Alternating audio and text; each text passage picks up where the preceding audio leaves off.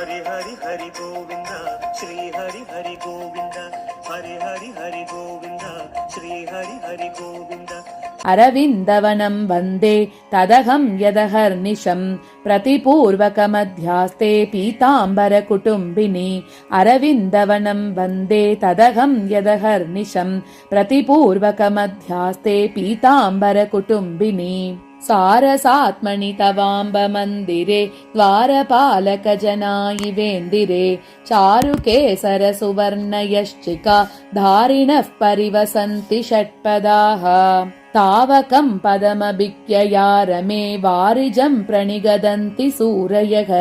प्रौढशोभनकरांशुवैभव प्राप्तमञ्जिम सदालिसेवितम् बिभ्रति भवत्पद प्रणय तद्विपर्यासयोः जना विभव दुर्गति जननि तत्र चोदाहृतिः सहस्रवसुरेदते सरसिजानुकूलो रविः सभिक्षुकशिरोमणि श्रयति तत्प्रतीपक्षयम् कपटकिटिदशायां कैटभारिक्षमाभाक् प्रभुरकृतयतोऽसौ पङ्कजाते निवासम् तदिह भजसि भर्तुर्धर्ममेवानुसर्तुम् परमपुरुषकान्ते पङ्कजातस्थितिं किम् स्थानं समस्तवसुवृद्धिपुषस्तवापि पद्मं रमे नवसुमध्वमुपैति चित्रम्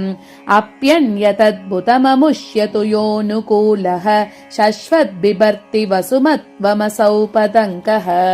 सन्मानसोल्लसनदः सदसद्विवेके शक्तः सरोजनिलये सदनं त्वदीयम् शब्दैः शुभैः श्रुतिपदं सुकयन् गभीरैः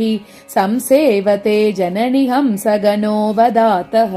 कमले कमलेषु सन्निधत्से सकलेषु स्ववसेषु विश्चपेषु सहजं जननी जनस्य लोके जलजातेषु विशेषवत्सलत्वम् कल्घारोत्पलकैरवादिषु तथा कल्याणिमाल्यादिषु प्रायः सत्सु सुमेषु वस्तुषु परं पद्मानि सद्मानि ते भाग्यं कुत्रचिदेव नृत्यतितरां भूयस्सु तुल्येष्वपि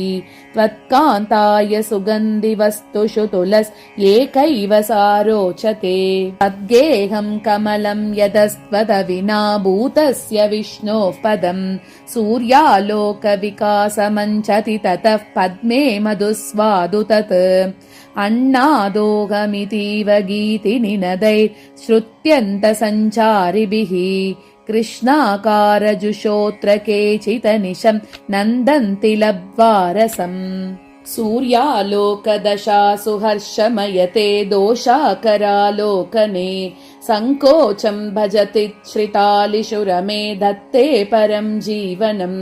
स्थानं पङ्कमदः करोति वहते नालीकशब्दं च ते काम्वातावकसन्निधानमहिमा कुर्यान्तचर्यां शुभाम् धत्ते सदैव शिरसा तव पादरेणून् पद्मे बिभर्ति तव नाम च पद्ममेतत् वर्वर्ति दारकतया तव हस्तमेव तद्युक्तमृच्छति तवोज्ज्वलदास्य लक्ष्मीम् प्रातः कृताप्लवविधिः पयसां निधाने ब्रध्नार्चकः शुचिकरो भृततप्तचक्रः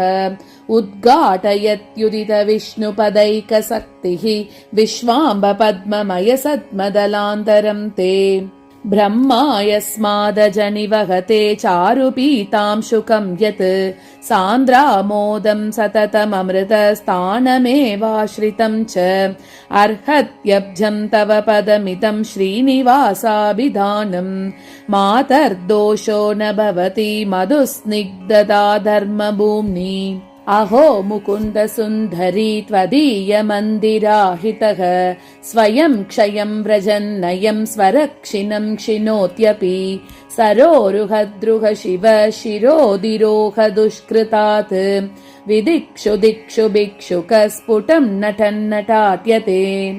त्वद्धाम्नः सरसीरुहस्य च मितस्त्वत्कान्तदामात्मनोः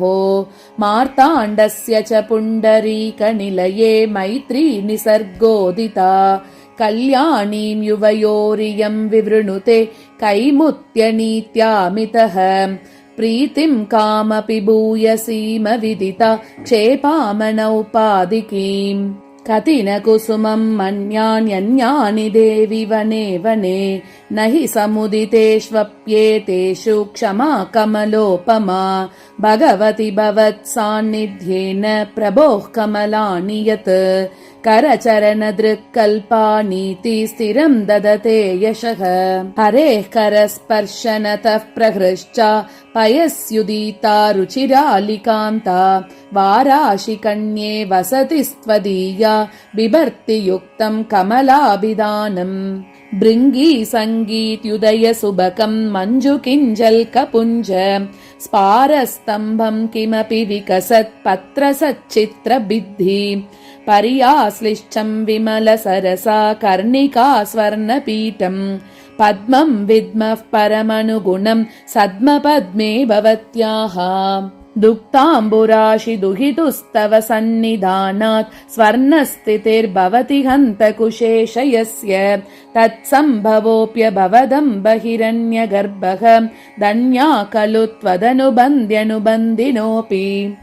नवसारसवासमाचरन्त्याः तव साधर्म्यमिवाम्बलब्धुकामः पुरुषः परमः सदा विधत्ते पुरमत्यस्थितपुण्डरीकवासम् अस्ति ते हरिपुरन्ध्रिनीरज स्थानमित्युतितमास्पदद्वयम् एकमाहुरिह तु त्रिपात्पदम् देवि षट्पदपदं परं पुनः सुरादिजीवैरमृतैकनिश्चैः चिराययैरम्ब विभाव्यसेन्तः आलोकमग्र्यं हरिरेषु तन्वन् आमोदमन्यादृशमाददाति अदो ददानं कमलाभिधानम् अम्बश्च तज्जं च समं तवास्ताम् आद्यस्य पुंसः पदमाहुराद्यं त्वदीयवासं जननि द्वितीयम् क्षमा स्वर्णस्फूर्तिं सततमधिगम्यापि कमले गुणादाढ्याच्छब्दं कमपि भजते नालमिति यत् तदेवालङ्कारं नयति नलिनं स्पर्शनवशात् तनोति ह्यौदार्यं तव जननि सान्निध्यमहिमा भगवति परब्रह्माद्वैत प्रसङ्गजुषस्तव प्रतयति लसद्धर्मालिकत्वमत्र हि दर्शनम् त्वमुचितमधिष्ठानं नालीकमाश्रयसे ततः तव किल सदा लोक सर्वोऽपि कल्पनघोरमे यत्रोत्तमस्फुरणयन्त्रितचित्तवृत्तौ नित्योल्लसत् रजसि राजति सारसत्वम् स्थानं प्रदानमिदमब्धिसुते यतस्ते स्थाने तदत्र रमते महदादितत्वम् सिंहासनस्थितिजुषस्तव वासयोग्यम् नित्यम् भवेयमिति निश्चयमेत्यनूनम् केसर्यभूत्सरसिजम् नरसिंहकान्ते तत्त्वेषमेष तनुते तत एव पद्मे अब्जं विधौ द्विषति देव्यमृतैकवृत्ति कामेन हन्त यदनीयतमार्गणत्वम् तस्य स्वतोऽम्बरमणिस्फुटवस्ववाप्तिः उल्लासहेतुरभवत्तव सन्निधानात् उत्पुल्लवारिरुहतल्लजकेलिगेः सर्वेश्वरस्य दयितां शयितां ननु त्वां वैतालिका इव गृहीत सुजातगीताः प्रातः शनैर्मधुकरा प्रतिबोधयन्ति सहंसकासार बहुर्मिकोज्ज्वला पयोजराजिः प्रतिपन्नकर्णिका सहस्रवस्वाप्तित एतते रमे श्रियः श्रयन्ते ह्यखिलास्त्वदाश्रयम् स ते निवासः शयनीकृतो वा नातेन नित्यं नयनीकृतो वा पनैः सहस्रेण वृतोदलैर्वा शेते बिले वा कमले कुशे वा श्रीसूक्तं ते जननि नलिनं स्थानमाक्यादिमुख्यं दृष्टान्तं त्वत्प्रियतम दृशोरन्तरादित्यविद्या जन्मस्थानं तव तनुभुवो धातुरातर्वणादिः त्वत्सान्निध्यात् क्वचन भवति श्रीरणिं नाम हिम्नाम् शैवालकान्तरगतं तव सद्मविद्मः सारङ्कलाञ्छितवपुर्मिलितामृतौगम् पूषाब्धि तत्तरुचि पुंसि नपुंसके च ख्यातस्य मातरितमब्जपदस्य वाच्यम् कान्तः पदत्रयमितस्तलयाचकस्ते त्वं वषट्पदमिते निलये निविष्ट स्थानान्यतापि विपुलानि समाश्रितानां चित्रं युवां कलयतश्चिरमुच्छ्रितानि त्वत्पादपङ्कजरजः कनदन्यदन्येषु अम्बोरुहेषु वसतामलिपोतकानां वर्गेषु हन्त जननं बलशासनाद्याः वाञ्छन्ति किं पुनरमि वयमब्धिकन्ये सरोगमुपसेवितेऽप्यहः पूर्णचन्द्रोदये ज्वरोपहतमम्बुजं तव परिग्रहादिन्दिरे विकासयति विज्वरं विरचयन्न सौभास्करः रवेररुजमाप्नुयात् इति न पूर्वभाषामृषा कल्याणधर्मा कमलासनाय मूर्तिं हि यस्ते मतिमानुपास्ते कन्ये सुदाब्दे कमलासनत्वं तस्योचितं तत्क्रतुनीति भूम्ना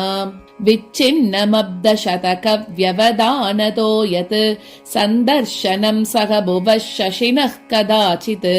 तत्पद्मवासिनि तदीक्षणवर्जनाय तस्योदयेषु निजसत्म किमावृणोषि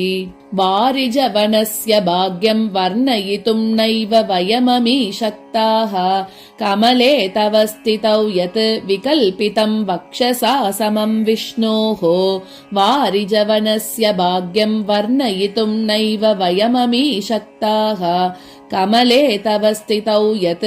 विकल्पितं वक्षसा समं विष्णोः इति श्रीमद्वेङ्कटाध्वरिविरचिते श्रीलक्ष्मीसहस्रे दामवैभवस्तबकः। हरि हरि हरि गोविन्द श्री हरि हरि गोविन्द।